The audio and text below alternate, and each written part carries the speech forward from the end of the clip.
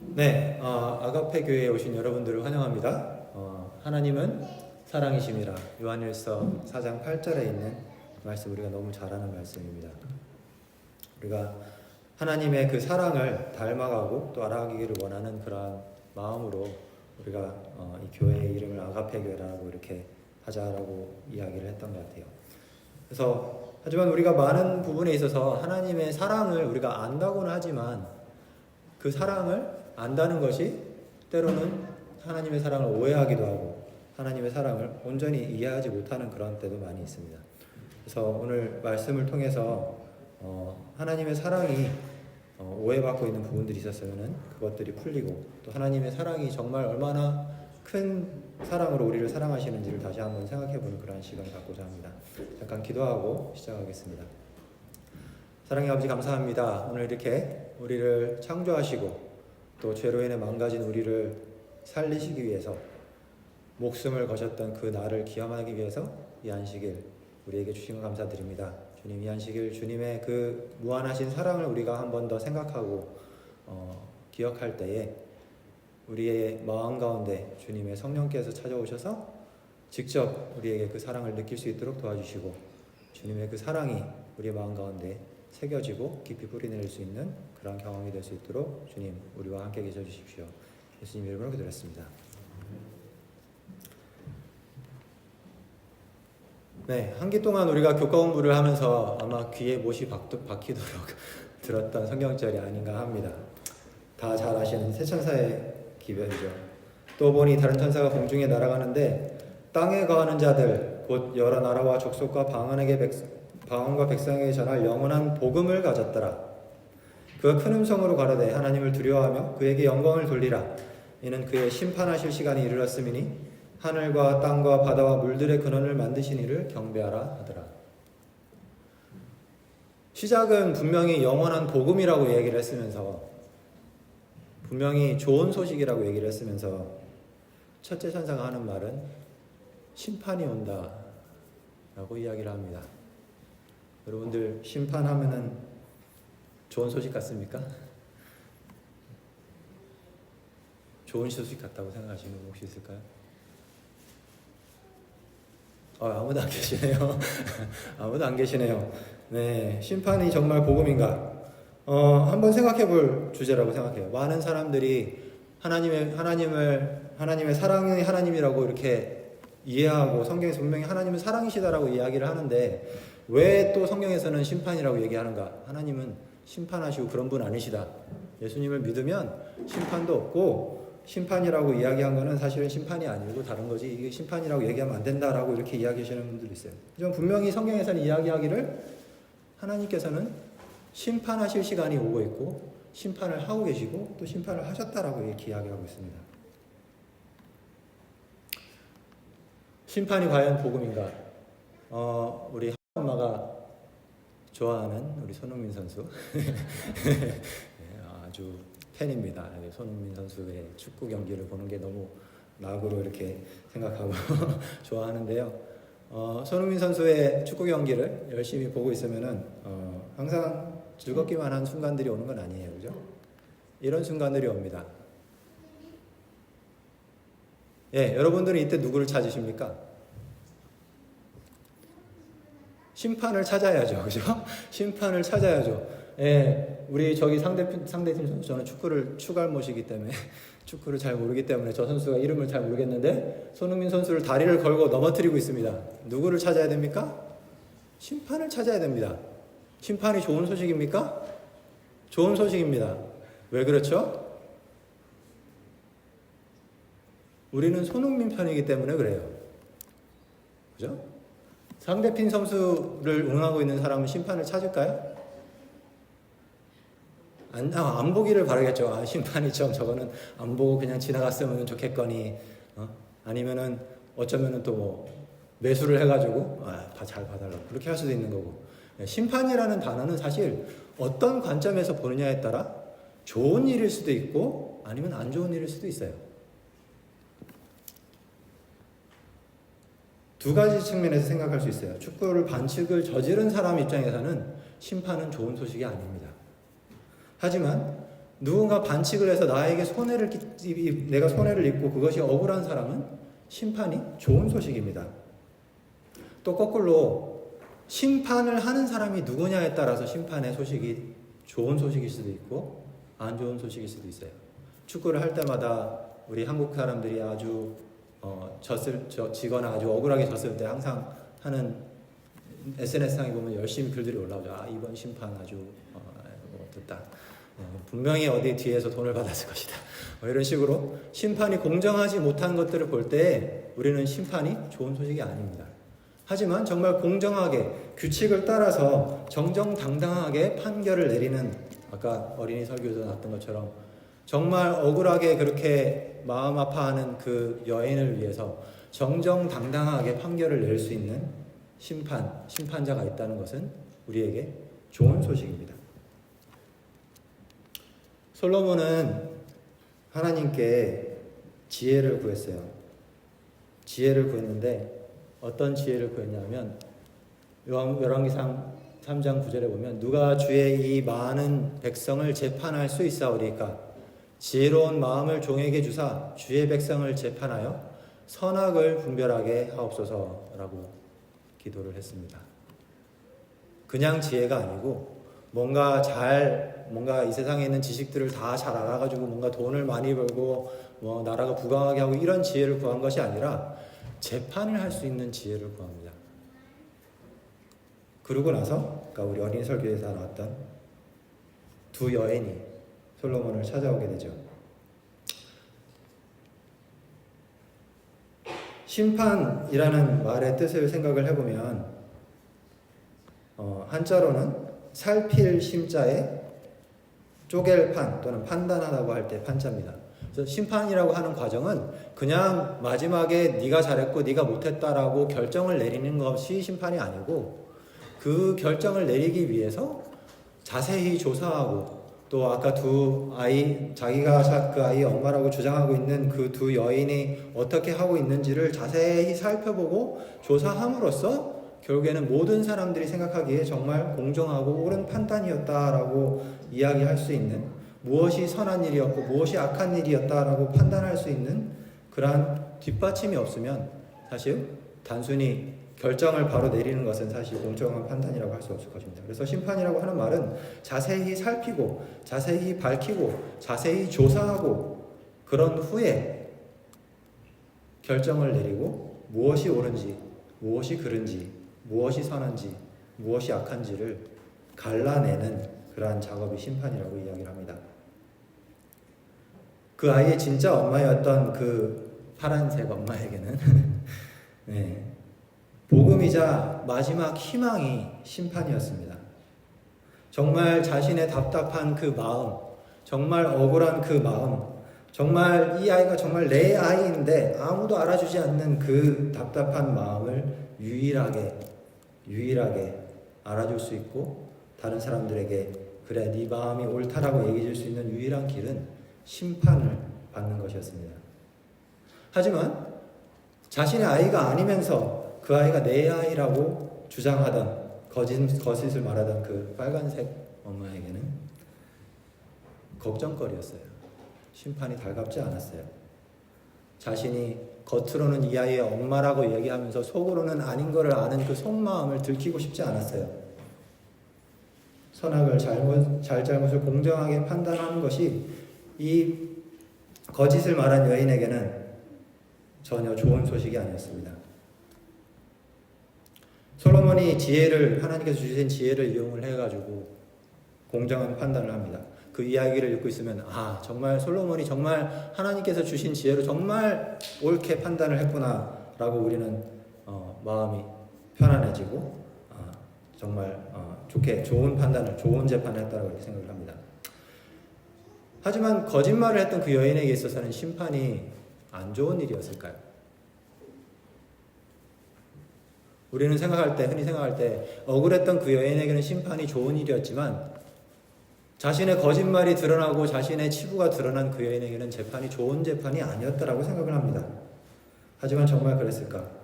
만약에 이 두 여인이 솔로몬에게 가지 않고 심판을 받지 않고 그냥 그렇게 살았더라면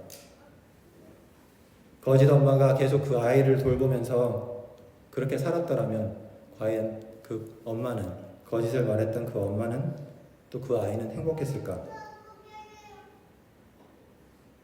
조금만 생각해봐도 그 여인의 삶이 자신의 거짓이 드러나지 않는다고 해서 결코 행복하지 않았을 것을 우리는 다 압니다. 그 여인은 자신의 아이도 사랑하지 않았어요. 아이가 죽었는데 슬퍼하는 기색이 없습니다. 타인의 그 옆에 있는 파란색 엄마의 아이도 사랑하지 않았어요. 그죠? 다른 거로 바꾸면 그만인 소유물로 여겼어요.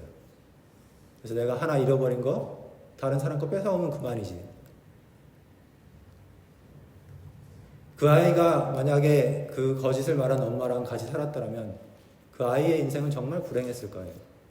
어쩌면 심판은 그 아이에게는 정말 절박한 그런 복음의 소식이었을지도 모릅니다. 하지만 더 나아가서 그 심판은 사실 거짓을 말한 이 여인에게도 사실은 좋은 소식이었어요. 그 자리에서 자신의 거짓말이 드러나고 그 자리에서 자신의 아이가 아닌 것을 드러날 기회가 없었다면 그 여인은 아마 더 심한 죄들을 저지르고 더 악한 그런 삶을 살면서 그의 나머지의 생애가 더 불행한 삶으로 갔을지도 몰라요. 아마 아이를 학대했을지도 모르고 그 아이를 정말 못되게 그렇게 그 아이를 키우다가 정말은 아이뿐만이 아니라 본인의 삶까지도 만신창이가 되는 그러한 상황이 됐을 것입니다. 솔로몬이 재판을 할 때는 어땠을까요? 솔로몬은 거짓을 말하고 있는, 참을 말하고 있는 여인은 정말 사랑하고 거짓을 말하고 있는 여인은 미웠을까요? 솔로몬의 입장에 가서는 둘 다 자신의 백성입니다. 자신이 돌봐야 할 백성이고 자신이 어떻게든 살려야 할 백성이고 그들이 잘못된 길로 나갔을 때 바른 길로 오게 해서 그들을 살고 행복하게 해야 할 책임이 솔로몬에게 있었고 그 솔로몬에게 있어서는 거짓을 한 그 엄마도 백성이었고 자신의 돌봐야 할 양이었습니다. 하나님의 판결은 의인에게도 좋은 소식이지만 죄인에게는 사실 더 좋은 소식입니다. 하나님께서 하시는 재판은 아무도 억울함이 없게 죄인도 의인도 각자 본인에게 가장 좋은 것을 주시기 위해서 결정을 하시는 과정입니다. 전에 한번 설교로 선악과에 대해서 말씀을 드리면서 우리가 흔히 선악과는 참 하나님께서 우리를 벌하시기 위해서, 말을 안 들으면 벌하시기 위해서 주신 그런 거라고 오해할 일도 많지만 사실은 그것이 얼마나 큰 자유의 상징이고 우리에게 얼만큼 큰 사랑의 선물이었는지를 한번 말씀드린 적이 있습니다. 그리고 그 아담과 하와가 죄를 지었을 때 하나님께서 그들에게 죽음을 허락하신 것은 그들에게 저주를 하신 것이 아니라 죄로 인해서 그들이 죄로 영원히 살아갈 때 그들이 당할 불행을 멈추신 그러한 일이었음에 대해서 이야기한 적이 있습니다. 재판 이야기로 돌아가서 우리가 재판이 우리에게 좋은 소식이 되기 위해서는 두 가지를 우리가 확실하게 이해를 해야 됩니다. 첫째는 우리의 재판장이 정말 우리를 사랑하시고 법 그대로 정정당당하게 공의롭게 또한 우리가 죄인의 자리에 서 있을지라도 그것이 우리에게 좋은 것이 되도록 재판을 하시는, 판결을 하시는 분이라는 것입니다. 시편 9편 8편에 보면 이런 말씀이 있어요. 여호와께서 영영히 앉으시며 심판을 위하여 보좌를 예비하셨도다. 공의로 세계를 심판하시며 정직으로 만민에게 판단을 행하시리로다. 공의와 사랑, 하나님은 공의의 하나님이시고 사랑의 하나님이시다 이렇게 이야기를 많이들 합니다. 그리고 이 말을 어떤 분들은 마음에 들어하지 않으세요. 하나님은 사랑의 하나님이시지 하나님이 왜 공의의 하나님이시냐고. 이 공의하고 사랑은 맞지 않는다고 이렇게 얘기를 합니다. 근데 사실은 공의의 하나님이시고 사랑의 하나님이신 것은 둘 다 같은 말을 하고 있는 겁니다. 공의라는 뜻이 뭘까요? 법대로 하는 겁니다. 법이 뭔가요? 성경은 법이 사랑이라고 이야기를 합니다. 공의로 법대로 심판한다는 것은 사랑대로 심판한다는 말이에요. 서기관과 율법사가 예수님께 와서 질문했습니다. 율법에서 무엇이 가장 큰 계명입니까? 내 이웃을 하나님을 내 마음과 몸과 뜻과 목숨을 다해 사랑하라고 하신 그것이 첫째 계명이고, 둘째 계명은 그와 같은데 내 이웃을 내 자신과 같이 사랑하라고 하신 그 말씀 가운데 모든 계명이 요약이 되어 있고, 하나님께서 온 우주를 만드시고 통치하시고 지금까지 운영하시는 유일한 법은 사랑인 것에 대해서 이야기를 하고 있어요. 로마서에 보면 이렇게 얘기합니다. 간음하지 말라, 살인하지 말라, 도둑질하지 말라, 탐내지 말라 한 것과 그 외에 다른 계명이 있을지라도 내 이웃을 내 자신과 같이 사랑하라 하신 그 말씀 가운데 다 들어있느니라. 사랑은 이웃에게 악을 행치 아니하나니 그러므로 사랑은 율법의 완성이니라.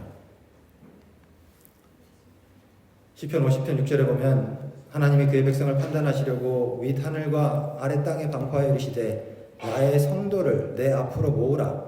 곧 제사로 나와 언약한 자라 하도다. 하늘이 그 공의를 선포하리니 하나님 그는 심판장이심이로다. 앞에 구절을 제가 여기는 생략을 했는데, 하나님께서 심판을 누구를 심판하신다고 앞에 구절에는 이야기를 하냐면 하나님이 그 백성을 판단하시려고 사람들에게 반포하여 백성들을 다 하나님 앞에 오라고 이야기를 합니다. 그러면서 뭐라고 이야기를 하냐면 하나님께서는 어떻게 판단하실 거냐면 하나님이 그 공의를 선포하고 하나님이 심판장이 되신다라고 이야기를 합니다. 앞서 봤듯이 공의라는 말은 법대로 한다는 말이고, 법대로 한다는 말은 사랑대로 한다는 말입니다. 하지만 많은 사람들은 하나님을 검사로 그렇게 오해를 합니다. 어떻게든 우리의 죄를 들춰내서 한 사람이라도 하늘에 들어올지 못하도록 막아서려고 그렇게 하시는 분으로 오해를 합니다. 하지만 하나님께서는 사실 그 반대의 것을 하고 싶어 하십니다. 에스겔서에 보면 이렇게 말씀하시죠. 나 주 여호와가 말하노라 내가 어찌 악인의 죽는 것을 조금인들 기뻐하랴. 그가 돌이켜 그 길에서 떠나서 사는 것을 어찌 기뻐하지 아니하겠느냐. 조금 더 나아가서 33장에 이렇게 말씀하십니다. 주 여호와의 말씀에 나의 삶을 두고 맹세하노니 나는 악인의 죽는 것을 기뻐하지 아니하고 악인이 그 길에서 돌이켜 떠나서 사는 것을 기뻐하노라. 이스라엘 족속아 돌이키고 돌이키라. 너희 악한 길에서 떠나라. 어찌하여 죽고자 하느냐 하셨다 하라. 하나님께서는 여기에 목숨을 거셨어요. 나의 삶을 걸고 맹세하는데 나는 악인이 죽는 것을 기뻐하지 아니하고 돌이켜 사는 것을 원한다. 왜 죽으려고 하느냐? 이스라엘 백성아 돌이키라 라고 이야기를 하고 있습니다. 시대 소망에는 이렇게 이야기를 하고 있어요. 사람의 마음을 의심으로 채우는 것은 사단이 하는 일이다. 사단은 그들이 하나님을 엄한 재판장으로 여기도록 이끈다. 사단은 그들을 죄를 범하도록 유혹한 다음 자신들은 너무나도 죄가 많아서 하늘 아버지 앞에 가까이 나가거나 그분의 동정을 받을 수 없다고 생각하게 한다. 하지만 주께서는 이 모든 것을 다 이해하신다. 하나님께서는 제자들에게 그들이 궁핍하고 연약할 때에 하나님께서 그들을 동정하신다는 것을 보증하신다.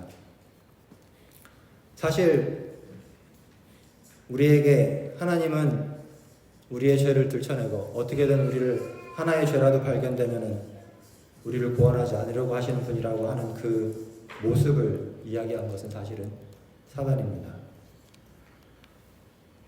욥기에 보면은 하늘에 의회가 모인 것을 우리가 잘 이해해서 알 수 있습니다. 욥기 1장에 보면 하늘에 하나님의 아들들이 모였다라고 이렇게 표현을 하고 있죠.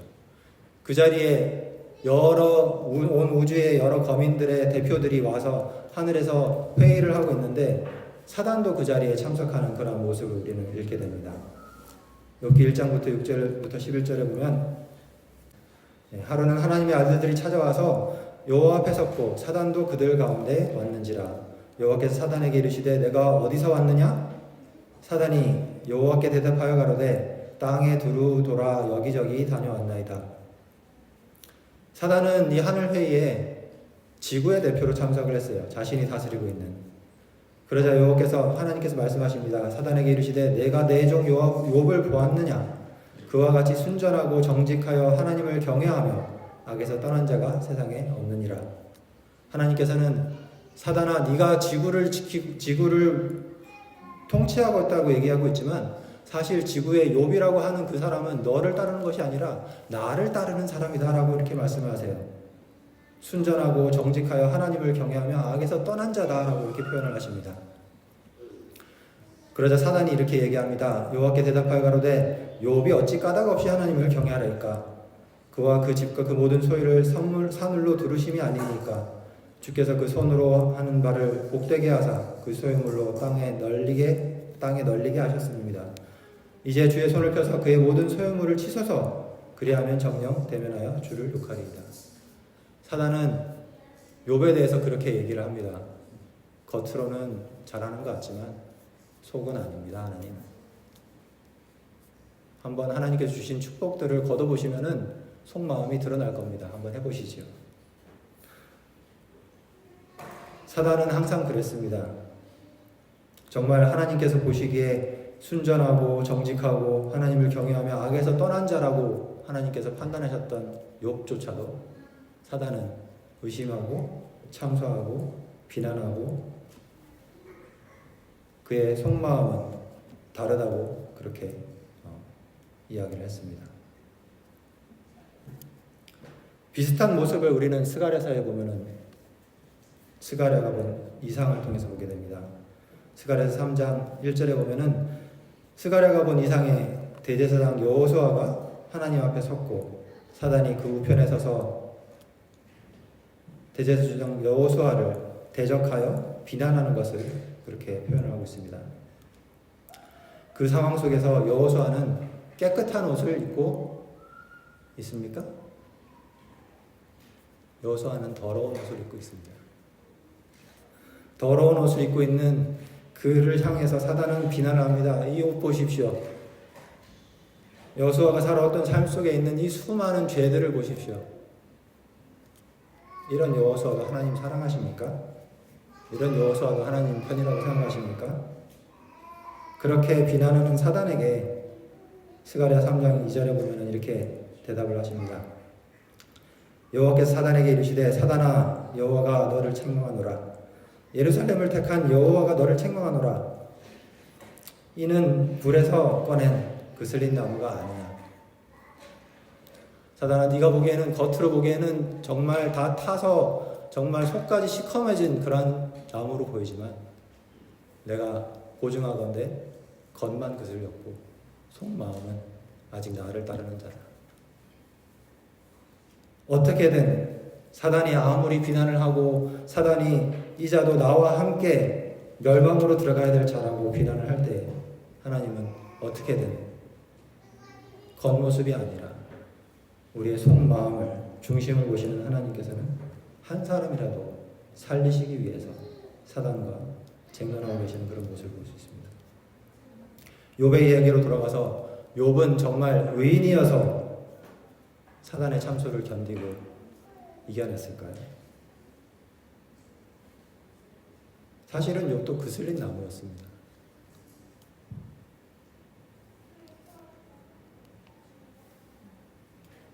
로마서에 보면 이렇게 이야기를 합니다.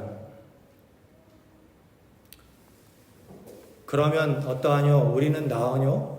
결코 아니라 유대인이나 헬라인이나 다 죄 아래 있다고 우리가 이미 선언하였느니라. 기록된 바 의인은 없나니 하나도 없으며. 네, 우리는 심판을 대할 때 불편할 수밖에 없습니다. 왜냐하면 우리가 법을 어긴 쪽이기 때문입니다. 병을 덮어두고 그저 병이 없다 생각을 하면 병이 낫는 게 아닙니다.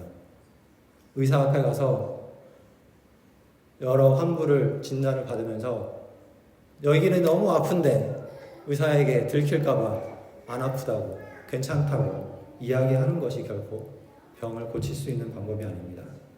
의사 앞에 갔을 때는 의사의 판단을 받기 위해서, 의사의 재판을 받기 위해서 무슨 병인지 뭐가 잘못됐는지를 판단을 받기 위해서 우리는 의사에게 솔직하게 내 삶에 뭐가 망가졌는지, 내 삶에 어떤 곳이 아픈지, 내 삶에 어떤 것들이 잘못됐는지 솔직하게 이야기를 해야 됩니다.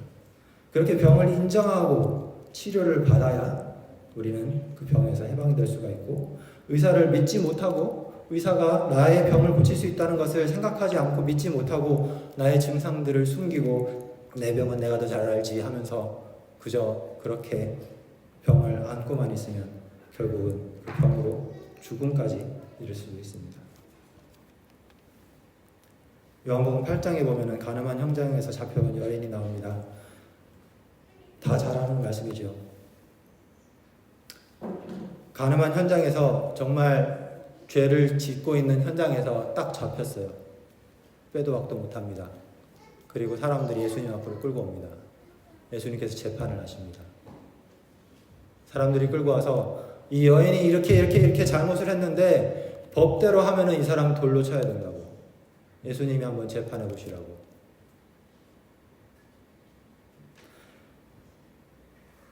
여인의 입장에서는 예수님 앞에 끌려오지 않는 게 복음이었을까요? 재판을 받지 않는 게 여인에게 이득이었을까요? 한번 생각해 볼 일인 것 같아요. 그죠? 만약에 여인이 가늠하던 현장에서 잡히지 않고 잘 빠져나가서 유유히 이렇게 살아갔더라면, 그럼 그냥 행복하게 영원히 그렇게 잘 살았을까요? 우리가 분명히 아는 것은 그 여인이 예수님 앞에 재판을 받으러 나왔기 때문에 이 여인은 행복했고 구원을 받을 수 있었고 그의 삶이 변화를 얻을 수 있었습니다.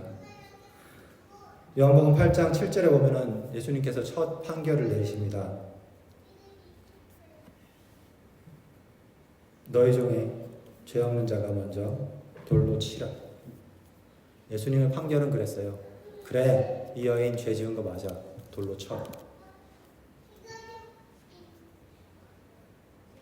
예수님께서는 변명하지 않으셨어요. 이 여인이 이렇게 저는 사정 때문에 뭐 이렇게 했으니까 이거는 죄가 아니야 라고 말씀하지 않으셨어요. 예수님께서 분명히 말씀하셨어요.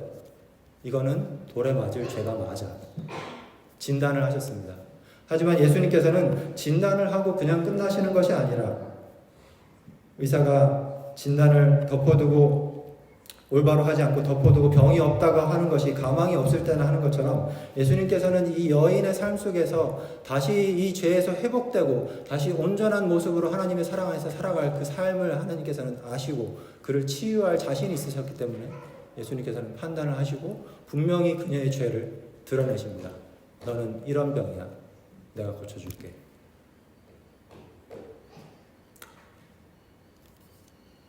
고린도전서 13장 6절에 보면은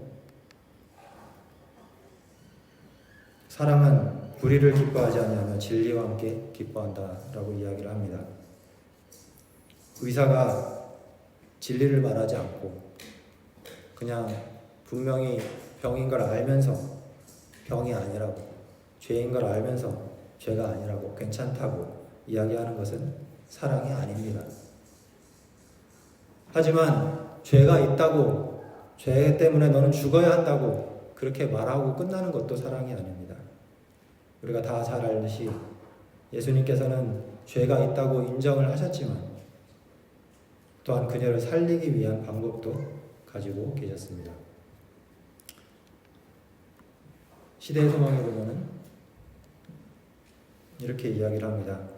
과오를 범한 자들이 타락의 길로 가도록 내버려 두고, 과오로 범한 자들을, 잘못을 범한 자들을 타락의 길로 가도록 내버려 두고 그들에게서 눈을 돌이키는 자는 그리스도의 제자가 아니다. 다른 사람들을 고발하는 데 앞장서고 그들을 재판하여 처벌하는 데 열중하는 자들이 오히려 그들의 생애에 있어서 그 사람들보다 더 죄가 많을 수 있다. 사람들은 죄는 사랑하면서도 죄인은 미워한다.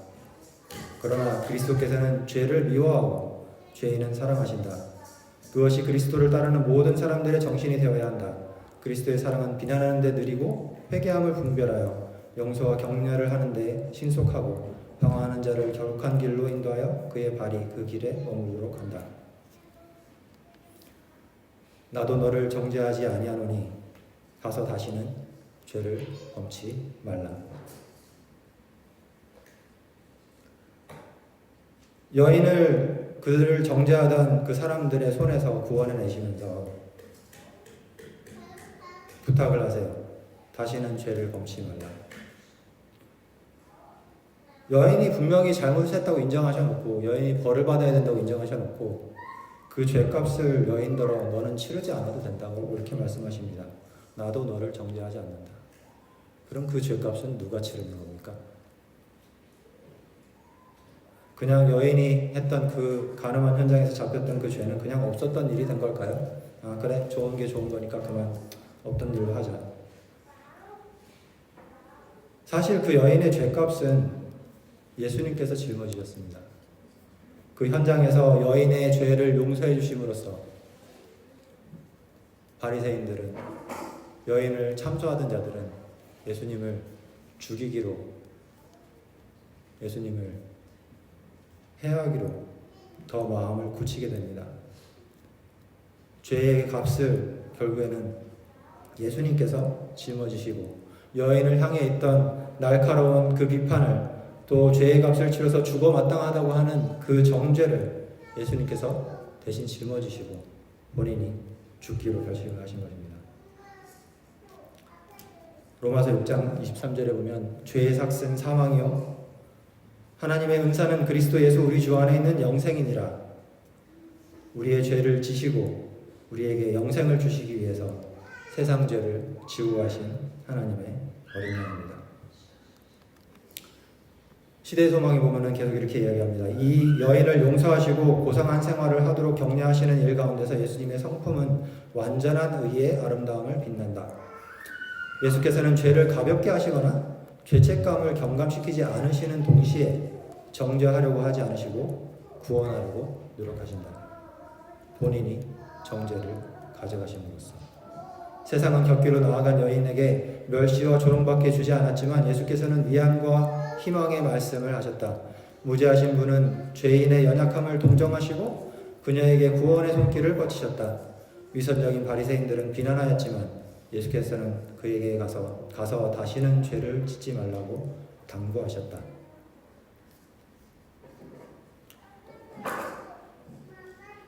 그러면 여인에게는 분명히 예수님께 심판을 받은 것이 좋은 소식이었는데 여인을 붙잡아왔던 참소하던 자에게는 재판이 안 좋기만 한 일이었을까요?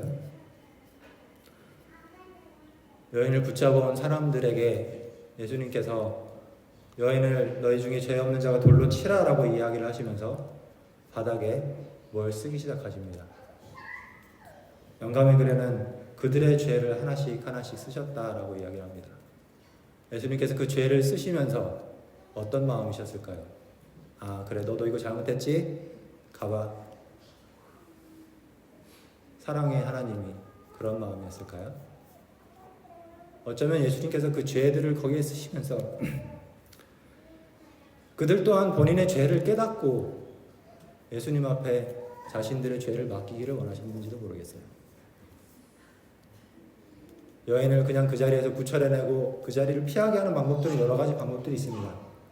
하지만 예수님께서는 그 자리에서 그 여인을 참소하고 있는 그 사람들도 사랑하셨기 때문에 그들의 죄를 드러내시고 그들의 삶의 망가진 부분들을 드러내시고 너에게 이런 병이 있으니 너에게 이런 죄가 있으니 이대로 가다가는 너희들이 다 죽으니 제발 돌이키고 고침을 받고 살아라 라는 마음에서 바닥에 그들의 죄를 한 자씩 한 자씩 써내려 가시던 그분의 마음에는 여인을 살리려고 하신 마음뿐만이 아니라 그 자리에서 그 여인을 참소하고 있던 그 사람들도 살리고자 하셨던 사랑의 마음을 우리는 생각해 볼 수 있을 것 같습니다. 두 아이가 막 다퉈요. 한 아이가 한참 싸우다가 한 아이가 다른 아이의 코를 쳐가지고 코피가 났다고 합시다. 그렇게 학교에서 폭력을 저지른 아이를 보면서 사람들은 이렇게 얘기합니다. 아, 맞은 애가 그렇고 이 때린 애가 잘못했으니까 때린 애를 처벌을 해야 된다고. 그 아이의 부모가 아닌 사람 입장에서는 그렇게 얘기를 해요. 근데 만일 그렇게 싸우고 한 명이 그렇게 폭력을 행사해서 다음을 다치게 했던 두 아이가 다 내 자식이라면 어떨까요?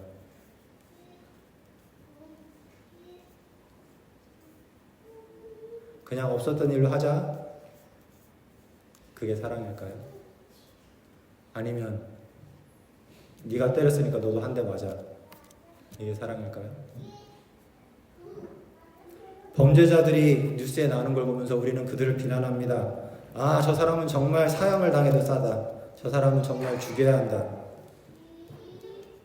그 범죄자가 뉴스에 나오고 있는 걸 보고 있는 부모의 마음은 어떨까요?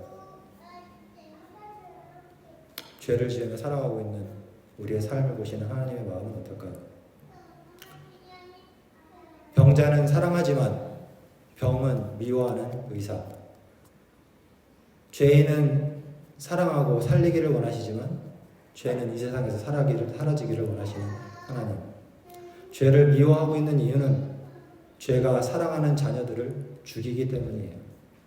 우리가 병을 미워하는 이유는, 그래서 병이 이 세상에서 사라지기를 원하는 이유는 그 병이 사랑하는 우리의 자녀들을, 우리의 가족들을 죽이기 때문입니다. 자녀들에게 교통법규를 잘 지켜라, 길 건널 때에 신호등 파란색 아니면 건너지 말고, 이렇게 이야기하는 것이 교통법규가 너무 소중해서 이 교통법규 이게 항상 잘 있어야 되는데 이런 마음에서 하는 게 아니잖아요. 그 법규를 지킴으로써 그 아이를 살 수 있도록, 사고가 나지 않을 수 있도록 그 아이를 살리기 위해서 법을 지키라고 하는 겁니다. 예수님께서 말씀하십니다. 여인에게 가서 다시는 죄를 짓지 말라. 마태복음 5장에는 더 심한 말씀도 하세요. 만일 내 오른눈이 너를 실족하게 하거든 빼어내 버리라. 내 백체 중에 하나가 없어지고 온몸이 지옥에 던지는 것이라 이것이 유익하다. 예수님께서는 어떻게든 우리의 삶을 영원한 죽음으로 이끌어가고 있는 것들을 어떻게든 끊어내서 어떻게든 우리를 살리기를 원하십니다. 하지만 우리는 그 죄가 나를 죽인다는 걸 몰라요. 죄를 끌어안고서 죄가 주는 달콤한 그러한 일시적인 만족감을 우리는 즐기면서 죄가 좋은 줄 압니다. 지난주에 우리 선생님께서 말씀을 하실 때 정말 몸이 아프고 또 우리 기도 정말 아파가지고 근데 무슨 이유 때문에 그런지 몰라서 기도를 했더니 잘못된 영양제를 먹고 있어가지고 둘 다 그렇게 아팠다라는 말씀하십니다. 우리는 죄가 나에게 영양제인 것처럼 나의 몸에 좋은 것처럼 이 죄를 행하면은 나에게 유익이 될 것처럼 생각을 하고 죄를 놓지를 못하고 있습니다.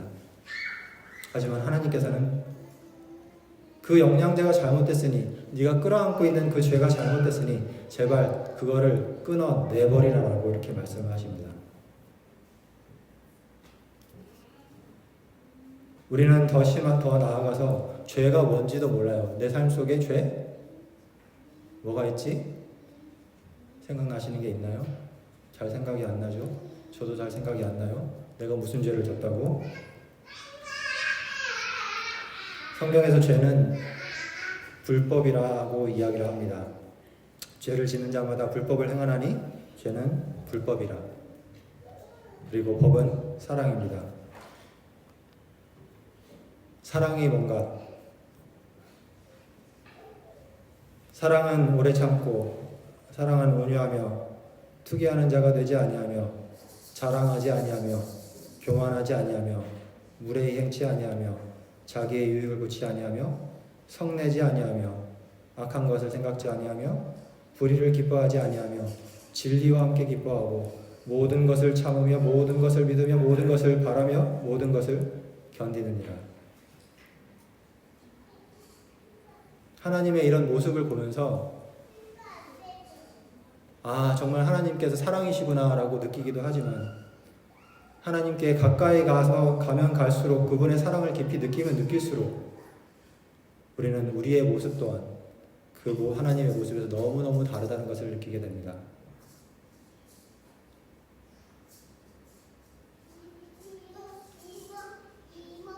사랑 대신에 제 이름을 여기에 넣고 읽는다면 저는 아마 부끄러워서 못 읽을 것 같아요. 오래 참는다, 온유한다, 투기하지 않는다, 자랑하지 않는다, 교만하지 않는다, 무례히 행치 않는다, 내 유익을 구치 않는다, 성내지 아니하고 악한 것을 생각지 아니하고 불의를 기뻐하지 아니하고 진리와 함께 기뻐한다, 모든 것을 참으며 모든 것을 믿으며 모든 것을 바라며 모든 것을 견딘다? 하나도 못해요.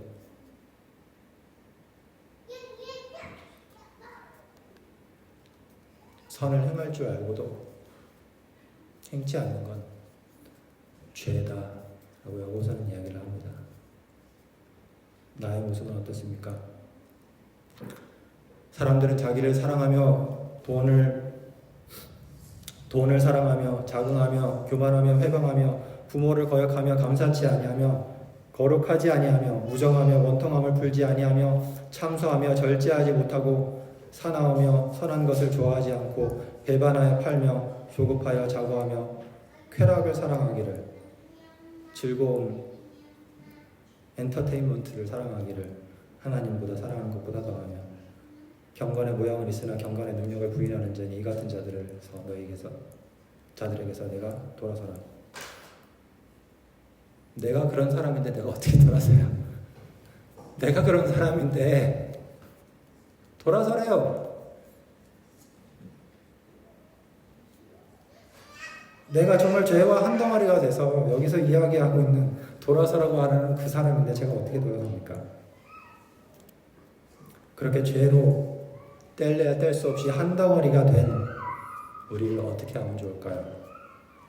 어떻게 해야 우리는 돌아설 수 있을까요?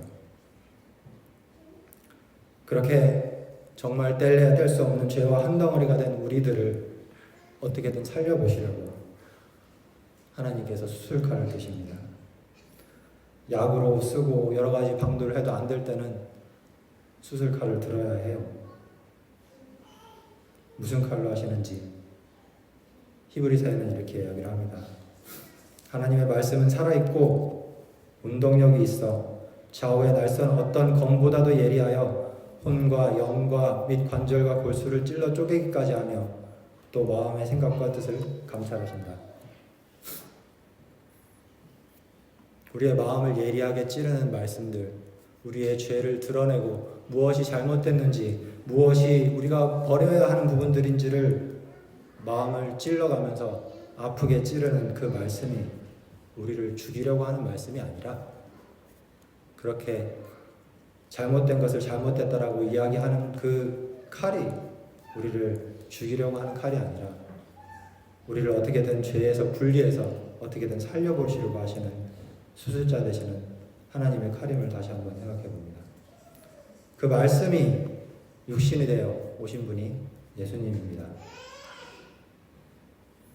우리가 성경에서 영생을 얻는 줄 생각하고 말씀을 열심히 보지만 그 말씀이 이야기하고 있는 것은 우리의 수술칼이 되시는 분은 사실은 예수님이세요.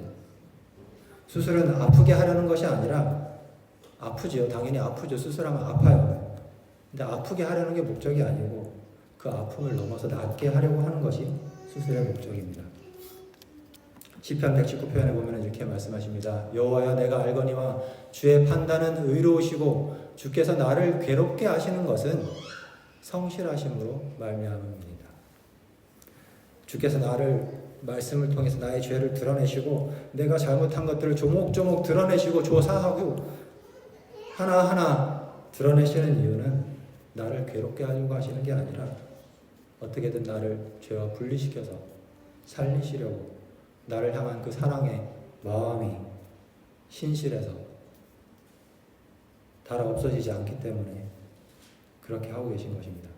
죄는 미워하지만 죄인은 사랑하셨던 예수님, 인간이 되셔서 자신이 창조한 시공간에 갇히시고 십자가에 자기 목숨을 내어주시면서까지 죄와 하나 된 죄인을 살리기 위해서 우리와 나를 죽이는 죄로부터 우리와 나를 목숨 걸고 분리하고 계시는 예수님의 모습,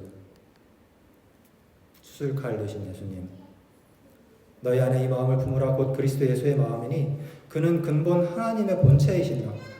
하나님과 동등됨을 취할 것을 여기지 아니하시고 오히려 자기를 비어 종의 형체를 가져 사람들과 같이 되었고 사람의 모양으로 나타나셨음에 자기를 낮추시고 죽기까지 복종하셨으니 곧 십자가에 죽으심이라. 우리의 수술칼 되시는 예수님은 십자가에서 그 수술을 마치셨습니다.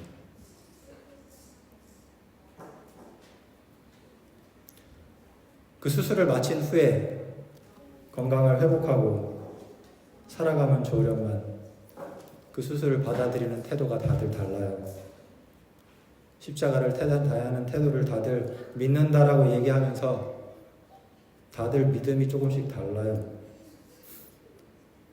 가늠한 여인과 그녀를 잡아온 사람들의 그리스도를 태하는 반응이 극과 극이었던 것처럼 십자가를 바라보는 우리의 반응도 극과 극입니다. 해가 똑같이 따뜻하게 비치고 있지만 버터는 그 해에 녹고 진흙은 그 해에 굳어버리는 것처럼 예수님의 십자가를 받아들이고 대하는 우리의 태도도 다른 것을 보게 됩니다. 요한복음 3장 16절 우리가 다 잘 아는 말씀이죠. 하나님이 세상을 이처럼 사랑하사 독생자를 주셨으니 이는 저를 믿는 자마다 멸망치 않고 그 영생을 얻게 하려 하심이라. 믿음이 뭘까요? 요한일서는 조금 더 풀어서 이야기를 합니다. 만일 우리가 우리 죄를 자백하면 저는 미쁘시고 위로사 우리 죄를 사하시며 모든 불의에서 우리를 깨끗게 하실 것이요. 만일 우리가 범죄하지 아니하였다 하면 하나님을 거짓말하는 자로 만드는 것이니 또한 그의 말씀이 우리 속에 있지 아니하니라. 성경은 예수님의 십자가를 대하는 우리의 믿는 믿음이 어떤 것인지에 대해서 이야기를 하고 있습니다. 우리의 죄를 그대로 죄라고 인정할 수 있는 태도. 의사에게 나아가서 정말 내가 갖고 있는 문제들, 내가 갖고 있는 증상들을 하나도 남기지 않고 하나도 숨기지 않고 솔직하게 자백하고 내려놓을 수 있는 믿음. 내가 이 모든 죄들을 예수님께 내려놓으면 예수님께서 이 죄들을 해결하실 수 있으시다라는 것을 믿는 그 믿음. 그리하여 하나도 남기지 않고 내가 가진 모든 죄들을 하나님 앞에 낱낱이 이거 죽을 죄 맞습니다. 인정하고 슬퍼하고 버리기를 원하는 그러한 용기와 믿음을 이야기를 하고 있습니다.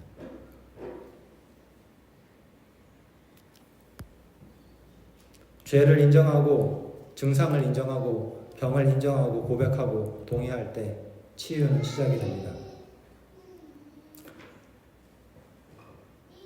우리가 우리의 죄들을 인정하고 하나님 앞에 내려놓을 때 하나님께서는 그 죄를 보면서 그래 너 죽을 죄이 맞으니까 죽어라 라고 말씀하시는 분이 아니라 우리의 연약함을 정말 이해하시고 정말 예수님이 이 세상에 오셔서 우리의 연약함을 체휼하신 그런 분께서 우리의 죄의 문제를 다루십니다. 제자들이 꾸벅꾸벅 졸면서 기도하지 못할 때에 예수님께서는 그들의 육신의 연약함을 이해하셨어요. 너희가 마음에는 원이지만 육신이 약하구나.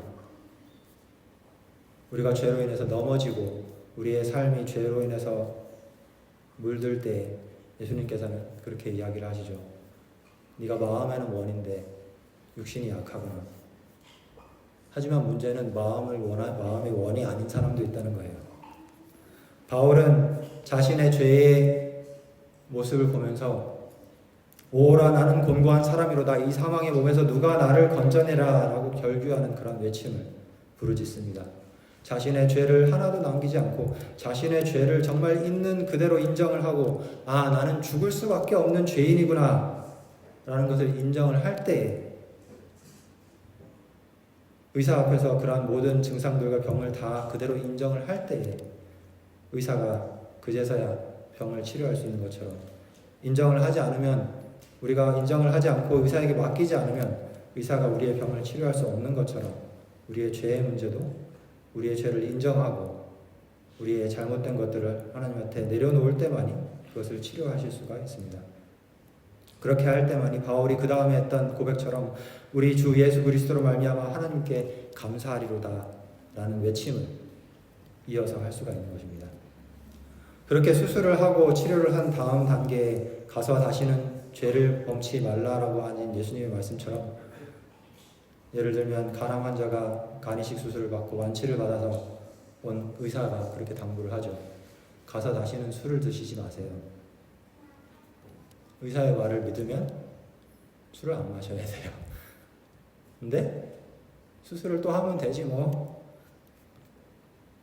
또 술을 마셔요. 의사의 노력을 헛되게 해요.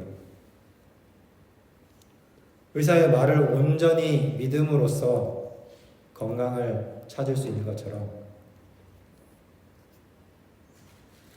의사의 말을 온전히 믿지 않고 반만 믿고 내 죄가 병이 있고 이 병을 의사가 다 고쳐줬으니까 난 이제 병을 나았다 거기까지만 믿고 다시는 그 병이 나게 하는 행동들을 하지 마세요라는 말은 믿지 않는다면 그 사람은 그의 건강을 다시 잃을 것이고 어쩌면 영원히 건강을 회복할 수 없는 그런 지경까지 갈지도 모릅니다.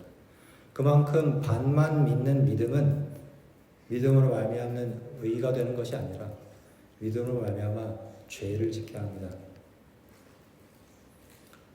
가서 다시는 죄를 짓지 말라고 하신 그 말까지 믿는 믿음,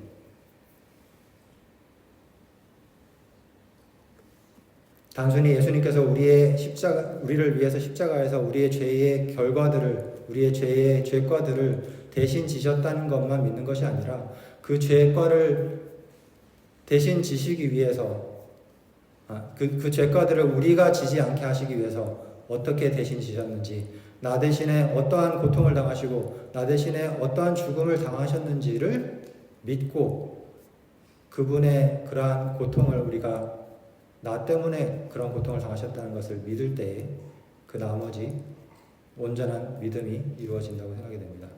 여호수아가 소까지 타지 않고 불에 그슬린 나무였을 수 있던 이유는 불에서 꺼내기 위해서 예수님께서 건져내신 상한 손이 있었기 때문입니다.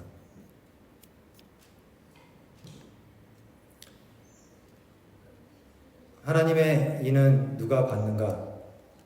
계시록에 보면은 하나님의 종들에게 이마에 인을 친다고 하는데 에스겔서에 보면은 조금 더 자세한 말씀을 하십니다. 에스겔서 9장 4절에 보면은 이렇게 말씀하십니다. 이르시되 너는 예루살렘 성읍 중에 순행하여 그 가운데 행하는 모든 가증한 일로 인하여 탄식하며 우는 자의 이마에 표하라. 죄로 인하여 탄식하며 우는 자들, 죄가 정말 슬프고 죄가 정말 싫고 그 죄로 인해서 슬퍼하는 사람들, 죄가 없는 사람이 아니에요. 인을 받는 것은 죄가 없는 사람을 받는 것이 아니라 죄가 있지만 그 죄를 슬퍼하고 그 죄가 없어지기를 원하고 그러므로 그것을 인정하고 예수님께 내려놓는 사람이 하나님의 인을 받는다라고 이렇게 이야기합니다. 인류의 가장 큰 결핍은 인물의 부족이다. 그 인물이란 매매되지 않는 사람, 심령이 진실하고 정직한 사람, 죄를 그대로 죄라고 부르기를 두려워하지 않는 사람, 마치 나침반의 바늘이 틀림없이 남북을 가리키듯이 양심이 그 의무에 충실한 사람, 비록 하늘이 무너질지라도 옳은 일을 위해 굳게 설 수 있는 그런 사람들이다. 우리는 때로 이런 사람들이 죄가 없어서 이렇게 한다고 생각을 해요. 하지만 죄가 없는 사람은 없잖아요. 의인은 없나니 하나도 없다고 하셨어요. 그 말은 내가 죄가 있지만 그 죄가 맞다라고 인정하라는 말씀이세요. 그러나 이런 품성은 우연히 형성되는 것이 아니다. 이것은 하나님의 무슨 특별한 은혜나 천분으로 되는 것도 아니다. 고상한 품성은 급기와 저급한 성품을 버리려고 고매한 성품을 가지려는 노력의 결과, 곧 하나님과 사람에게 사랑의 봉사를 하기 위해 자아를 내어 맡기는 자기 수련의 결과이다. 카톡에도 올려드렸지만 여기서 말하는 노력은 내 힘으로 이걸 어떻게 해보려고 하는 노력이 아니에요. 여기서 하는 노력은 자아를, 나의 죄를, 나 자신을 예수님 앞에 내려놓고 맡기는 노력이에요. 내 뜻을 버리고 내가 생각하기에는 이렇게 해야지 내 병이 나을 것 같은데, 내 생각에는 이렇게 하면은 병이 며칠 지나면 없어질 것 같은데, 그런 나의 생각을 접어두고 예수님께, 의사에게 솔직하게 나의 잘못들을 말하고 내려놓고 그분이 뭐라고 말씀하시는지, 그분이 어떻게 하라고 말씀하시는지를 귀 기울이고 그 하신 말씀을 믿고 따라가는 길만이 병을 이길 수 있는 길이고 우리가 우리의 죄를 이길 수 있는 길입니다. 십자가를 바라보고 온전케 하시는 이인 예수를 바라보는 것만이 우리가 우리의 삶 가운데 있는 죄들을 인정하고 솔직하게 내려놓고 치유받을 수 있는 유일한 길입니다. 욥의 이야기로 돌아와서 욥이 순전하고 정직하고 하나님께 경외하며 하나님을 경외하며 악에서 떠난 자라고 하나님께서 욥을 인정하실 수 있었던 이유는 욥이 죄를 하나도 짓지 않았기 때문이 아니에요. 욥기 1장 5절에 보면은 그는 매일 번제를 통해서 그의 죄를 해결하는 사람이었던 것을 이야기를 하고 있습니다. 시편 50편 6절에 보면 이렇게 말씀하십니다. 하나님이 그 백성을 판단하시려고 위 하늘과 아래 땅에 방파하여 이르시되 나의 성도를 내 앞에 모으라. 그분의 백성들을 재판하시려고 백성들을 모으라라고 이렇게 말씀하신다고 합니다. 그런데 그 백성 하나님의 성도를 뭐라고 지칭하시냐면 그들은 곧 제사로 나와 언약한 자들이다. 죄가 있다. 죄인이지. 하지만 십자가의 제사로 그 죄들을 해결한 자들이다 라고 이야기를 하십니다. 심판은 복음입니까? 우리의 죄만 바라봐서는 결코 복음일 수가 없어요. 그렇기 때문에 우리는 심판이라는 말만 들으면 가슴이 떨리고 어떻게든 피해보려고 하고 하나님이 사랑이시라고 하는데 심판이라고 하니까 어떻게든 부정해보려고 노력을 합니다. 하지만 성경에서 이야기하는 심판은 죄를 그냥 없다, 그냥 있는 죄를 그저 없다라고 이야기하는 심판이 아니라 죄는 있고 죽어야 할 죄가 맞지만 그 잘못된 죄의 결과들을 내가 대신 졌기 때문에 너희는 그 죄의 죄값을 치르지 않아도 된다. 하지만 그 죄의 값을 치르지 않는 것에서 끝나는 것이 아니라 너희의 마음 가운데 죄를 미워하고 그 죄를 버리기를 원하고 죄를 더 이상 죄에서 분리되고 수술을 받기를 원하는 그런 마음을 가지기를 원한다라는 그런 마음에서 우리의 죄를 들춰내시고 우리의 죄를 조사하시고 우리의 죄를 낱낱이 하나씩 우리에게 보여주시는 그런 과정입니다. 지금 하늘에서 심판이 진행되어 있다고 합니다. 교회에서 다니엘서를 공부하거나 계시록을 공부하신 분들은 심판에 대한 기별이 분명히 한 성경에 적혀있는 기별임을 우리는 잘 알고 있습니다. 다니엘서 7장에 보면은 왕좌가 놓이고 옛적부터 항상 계신 이가 좌정하셔서 심판을 베풀고 있는 장면이 묘사가 됩니다. 책들이 펴놓여 있고 그 책을 보면서 심판을 하십니다. 죄의 역사를 마치기 위해서 죄가 영원히 계속되는 것을 멈추기 위해서 그러므로 말미암아 그 죄로 인해 고통받고 있고 마음 가운데 그 죄를 어떻게 좀 해결했으면 좋겠는데 몸이 약해서 육신이 약해서 해결하지 못하는 그러한 사람들의 고통을 멈추시기 위해서 또 더 나아가서는 그런 죄가 있는지도 모르고 그저 죄를 끌어안고 그것이 다인 것처럼 살아가는 그 죄인들의 비참한 삶도 멈추시기 위해서 심판을 베푸십니다. 첫째 천사가 얘기합니다. 심판할 시간이 이르렀다. 이 심판은 우리를 정죄하고 우리를 어떻게든 하나라도 쳐내려고 하는 심판이 아니라 우리를 죄에서 분리하고 어떻게든 한 사람이라도 살리시기 위해서 우리를 위해서 신원하시는 그러한 심판인 것을 우리가 다시 한번 생각해 볼 필요가 있습니다. 각 시대의 대생수에 보면은 이렇게 이야기를 합니다. 심판 때에 기록한 책들을 펴져지면 예수님을 믿는 모든 사람들의 생애가 하나님 앞에 나타난다. 우리의 대언자 되시는 그리스도께서는 이 세상에 처음 생존한 사람들로부터 시작하여 지금 살아있는 사람들에게 이르기까지 각 시대의 모든 사람들의 사건들을 제시하신다. 각 사람의 이름이 불려지고 모든 사건이 세밀히 검토된다. 어떤 이름들은 간합되고 어떤 이름들은 거절된다. 누구든지 회개하지 않고 용서받지 못한 채 기록책에 죄를 남겨두고 있으면 그들의 이름은 생명책에서 지워지고 그들의 선행의 기록도 하나님의 기념책에서 지워질 것이다. 그러나 진심으로 죄를 회개하고 믿음으로 그리스도의 피를 그들의 속죄 제물로 주장한 사람들에게는 하늘의 책에 기록된 그들의 이름 아래 용서받았다라는 말이 기록된다. 예수님께서 당신의 은혜의 백성들을 위하여 간구하고 계시는 동안 사단은 그들을 범죄자로 하나님 앞에 고소한다. 사단은 그들을 의혹에 빠뜨리고 하나님을 믿는 확신을 잃어버리게 하고 하나님의 사랑에서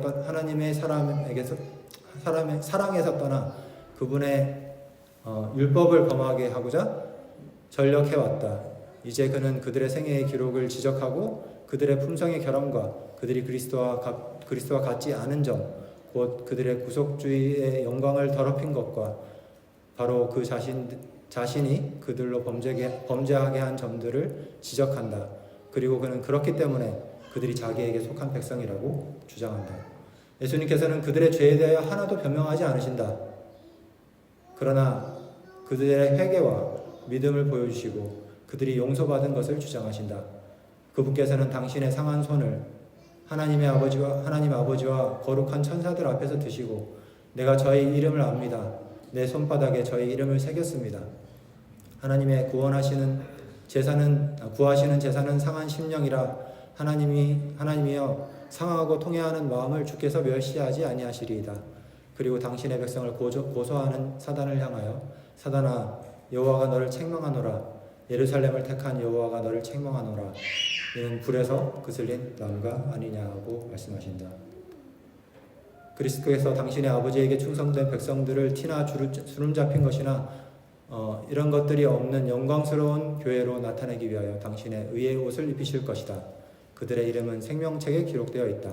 그리고 흰 옷을 입고 나와 함께 다니리니 그들은 합당한 자인 영혼이라 그들에게 하여 기록되어 있다. 마치면서 심판이 복음인가? 라는 질문으로 우리는 시작을 했습니다. 정답은 입장에 따라 달라요.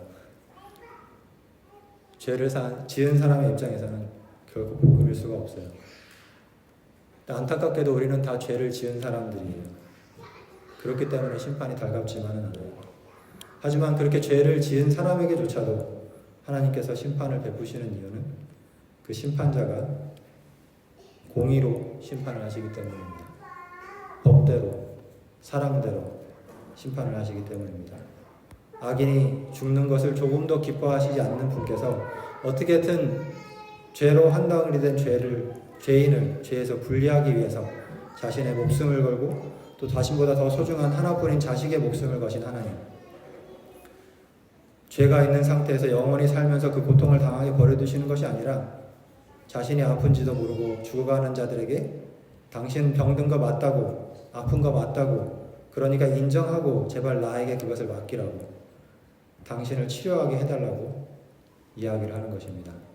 하나님의 심판은 죄를 버리기를 원하는 사람에게도, 죄를 버리지 않고 붙들고 있는 사람에게도 가장 좋은 것을 주시기 위해서 가감하지 않고 있는 그대로 솔직하게 우리의 모습들을 보여주십니다. 남아있는 것은 우리의 입장입니다. 네, 우리는 모두 죄인입니다. 심판을 생각할 때 불편한 것이 당연한 것입니다. 하지만 병을 덮어두고 나 괜찮다고 하면은 병이 낫는 것이 아닙니다. 용기를 내어 병을 인정하고 의사의 치료를 받아들여야 또 죄의 결과와 형벌만 놓였다는 것에서 기뻐하기만 하는 반쪽 믿음이 아니라 수술이 성공적이고 또 좋았다고 예전의 습관을 반복하는 그런 반쪽짜리 믿음이 아니라 나의 죄와 형벌을 대신 당하여 다시는 죄를 짓지 말라라고 말씀하시는 예수님의 말씀까지 온전히 믿고 따르는 자들입니다. 죄를 슬퍼하는 자에게 오라 나는 공고한 사람이로다 누가 이 사망의 몸에서 나를 건져내라 라고 탄식하는 자에게 그리스도께서는 의의 옷을 입혀주십니다. 우리의 죄를 들추며 참소하는 사단에게 상한 손을 펼쳐 보이시며 내가 이 손으로 타는 불 속에서 꺼낸 그을린 나무라고. 겉은 보기에 검게 그을렸지만 속마음은 죄를 미워하고 죄에서 벗어나기를 원하고 어떻게든 하나님과 가까이 하나님과 살기를 원하는 그런 마음을 가지고 있다고 예수님께서는 우리를 위해서 심판장 앞에서 우리를 위해서 탄원하고 계십니다. 하나님은 아가페이심이라. 심판에 대해서 우리가 조금 이야기를 해봤지만 아마 여러 가지 의문들이 아직도 더 있을 거라고 생각이 됩니다. 하나님이 사랑하시면 왜 죄를 버리지 않은 사람까지 다 구원하지 않는가? 다 아시는 분이 왜 굳이 모르는 사람인 것처럼 죄를 하나하나씩 조사를 하시는가? 재림 때 의인을 구원하셨으면 됐지 왜 천년 후에 악인들은 또 다시 살리셔가지고 번거로운 일들을 반복하시는가? 그거에 대한 모든 대답은 근본적으로 하나님은 사랑이시기 때문입니다. 빌립보서 2장 10절에 보면 이렇게 이야기를 합니다. 하늘에 있는 자들과 땅에 있는 자들과 땅 아래에 있는 자들로 모든 무릎을 예수의 이름에 꿇게 하시고 모든 입으로 예수 그리스도를 주라 시인하여 하나님 아버지께 영광을 돌리게 하셨느니라. 구원을 받아들일 자들도 이 모든 심판이 끝났을 때에는 하나님께서 정말 공정하시고 하나님께서 정말 사랑이시고 하나님께서 나에게 가장 좋은 판결을 내리셨다는 것을 인정하고 그분께 영광을 돌릴 거라고 하신 그 약속을 생각하면서 우리의 삶 속에서 심판을 대하는 태도가 그저 우리의 잘못을 바라보는 것이 아니라 그 죄의 값을, 죄의 짐을 짊어지신 예수님을 바라보므로 그 심판장 앞에서 우리의 죄를 낱낱이 내려놓고 인정하고 치유함을 받는 우리 모든 성도들이 되기를 바라면서 말씀을 마치겠습니다. 감사합니다.